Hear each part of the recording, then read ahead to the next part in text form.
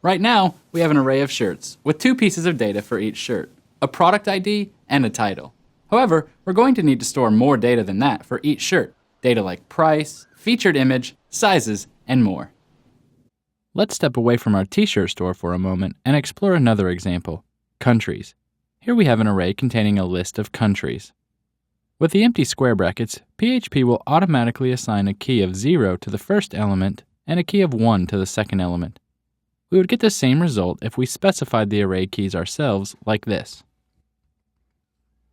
Array keys don't have to be numbers in PHP.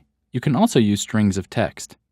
These arrays with non-numeric values for keys are known as associative arrays. Instead of using an arbitrary integer for the key, let's use the country code.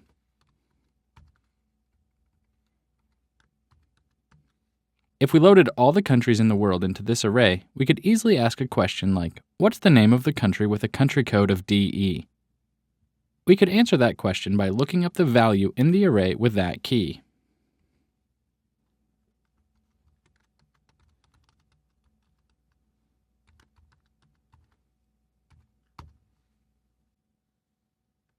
This countries array works in many ways like a two-column spreadsheet. Each element in the array represents one row in the spreadsheet. The first column has one piece of data, the country code, and the second column has a second piece of data, the country name. We could also use a for each command here to display a list of countries just like we loop through our array of shirts. There is another way to use an associative array. Let's comment out these few lines of code. Let's now create a single array for just one country and store a different piece of information about that country in each element. The array for the United States would look something like this.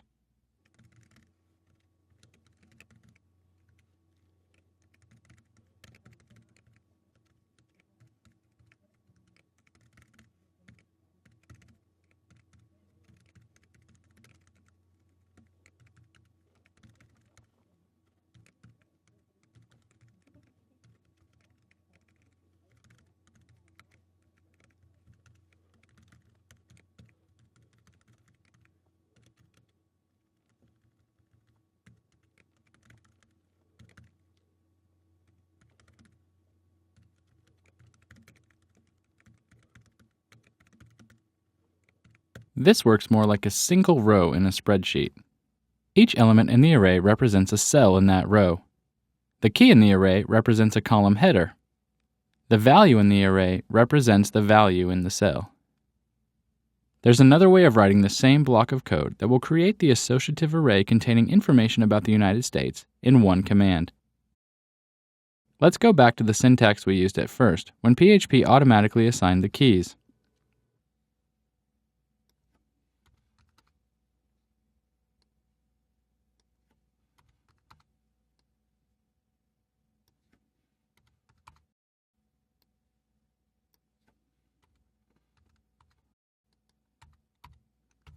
We can specify the keys with this syntax using an arrow operator.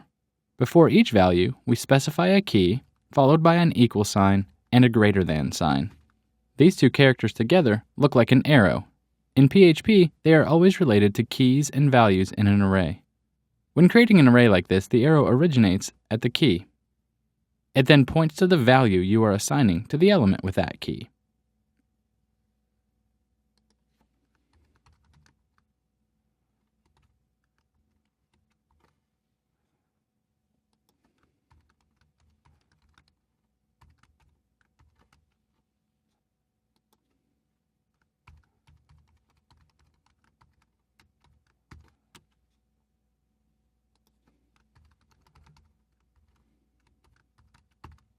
Let's now write some HTML to display the information from this array. We'll start with an H1 that displays the name of the country as a headline. You access an element in an array by specifying the name of the array, followed by a set of square brackets containing the key. In an associative array, the key is a string of text and needs to be enclosed in quotation marks. We'll next write a description list to display all the properties. We'll specify the label in the description term, and we'll have PHP echo out the value of the country code in the description.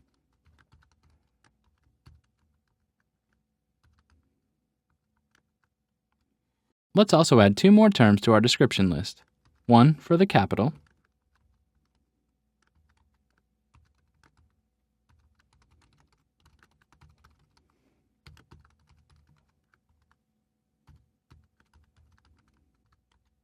and one for the population.